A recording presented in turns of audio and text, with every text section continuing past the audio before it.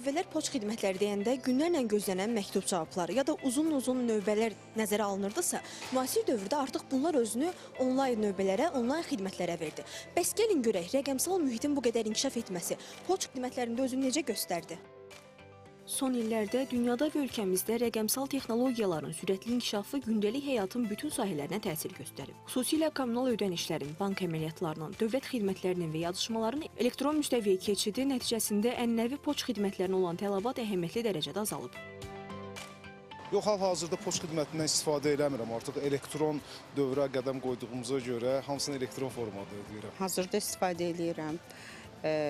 Kommunal xidmətlər olsun və yaxud da nəsə bir bağlama olsun, hamısından istifadə edirəm. Kommunal ödənişləri əsasən onlayn şəkildə ödəyirəm, posta getmirəm, çünki belə müasir tətbiqlər vasitəsilə məncə onlayn şəkildə ödəmək daha rahatdır.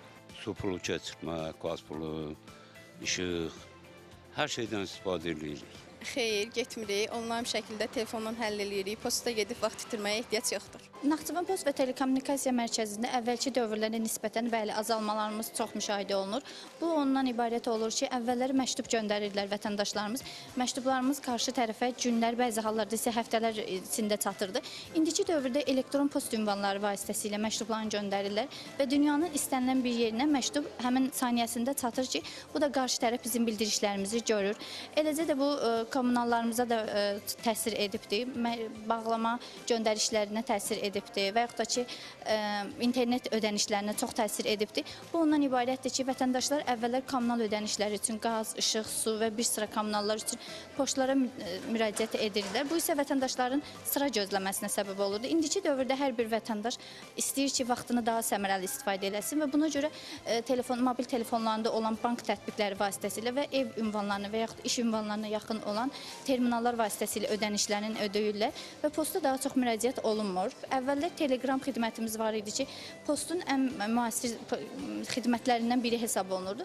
İndiki dövrdə hər kəs, yəni iş üçün CV-lərini və yaxud başqa bir işə aid olan araçlarının hər birini elektron ünvanlara göndərirlər və buna görə posta müraciət edib məktub göndərişlərinin çox sayda azalıbdır. Əvvəlki illərə nisbətən düzdür, azalmalarımız müşahidə olunur, amma yəni tam-tamına da belə deyə bilmərik ki, post sıradan çıxır.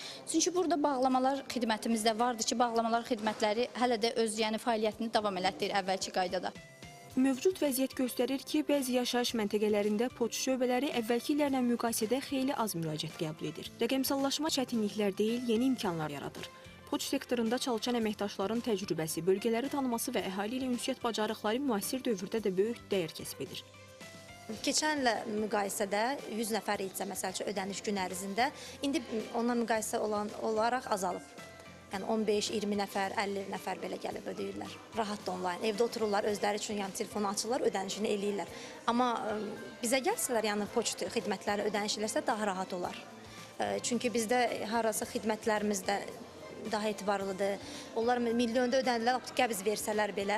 Bir də görürsünüz gəlirlər ki, filan kartımıza pul ödənmədi. Onu heç sübut eləmək, çox çətindir onlara sübut. Amma bizdə faktik bilirik ki, ödədik, o qəbzlə təqdim edirik, məsəl üçün Şıx idarəsinə və onu təzədən o karta ötüzdürmək şansımız var. Yəni abunent üçün daha rahatdır bizim işimiz. Bu transformasiya poçt xidmətlərinin zəifləməsi deyil, məqsəd həm vətəndaşlara keyfiyyətli xidmətin davam etdirilməsi, həm də poçt sektorunda çalışan insanların bilik və bacarıqlarının yeni şəraitdə səmərəli şəkildə dəyərləndirilməsi olmalıdır.